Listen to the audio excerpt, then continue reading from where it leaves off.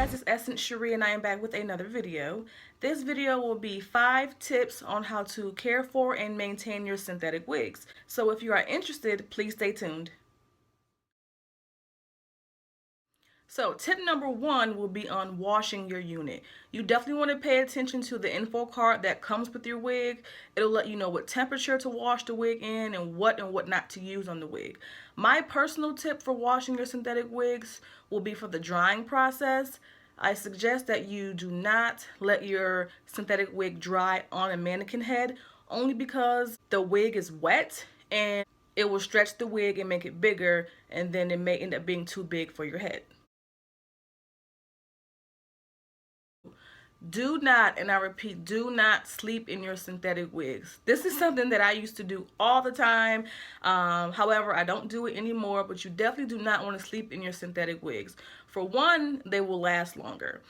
Two, basically, they tangle easily. You're sleeping, you're rolling around, whether you wear a bonnet or a scarf, it's just not good. The wig won't last as long. Tip number 3 will be try not to brush, comb, or even run your fingers through the wig so much. Now, this is something that I'm definitely guilty of. I have a tendency to run my fingers through my wig a lot just to make sure it's, okay and not looking all crazy. But you definitely want to try not to do it if it doesn't need to. That also contributes to the longevity of your wig. So just like if you were to sleep in them and you're rubbing your head around, constant combing, brushing, or finger combing can definitely interfere with the longevity. Tip number 4 would be for shiny synthetic wigs. I know sometimes we all may have bought a wig and it's really shiny.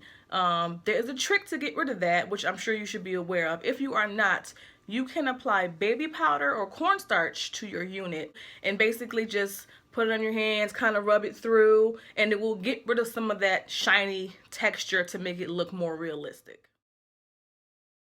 The last and final tip number 5 will be the heat instructions. Now, we've all seen synthetic wigs that will say on the info card, heat resistant up to 300 degrees or heat resistant up to 450. I want to clarify this for anyone who may have any misconception or confusion on what this means.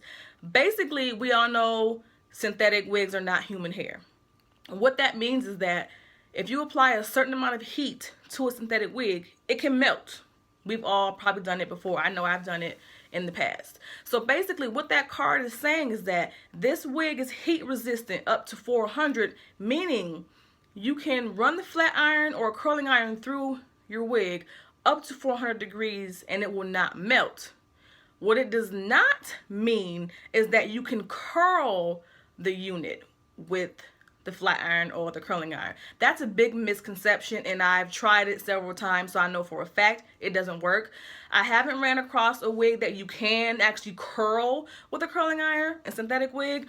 If you have, please let me know of any, but just be mindful that whenever you see the info card on a synthetic wig and it says heat resistant up to whatever degrees, that means the wig won't melt up to that degree, but it doesn't guarantee that it will, curl or whatever you want the wig to do. I also suggest that if you are going to flat iron or try to apply heat to the wig, that you test the wig at a lower temperature than what the info card actually says, just to be safe. You don't want to hold the flat iron in one place too long. We all know it creates those lines, but once again, the wig is synthetic and it may melt. So those were my 5 tips on how to maintain and care for your synthetic wigs. If you know of any other tips you can give, please leave them below. And if you guys have any questions, you can also leave them below. So once again, I am Essence Cherie of EssenceCherie.com, and I will see you guys on the next video.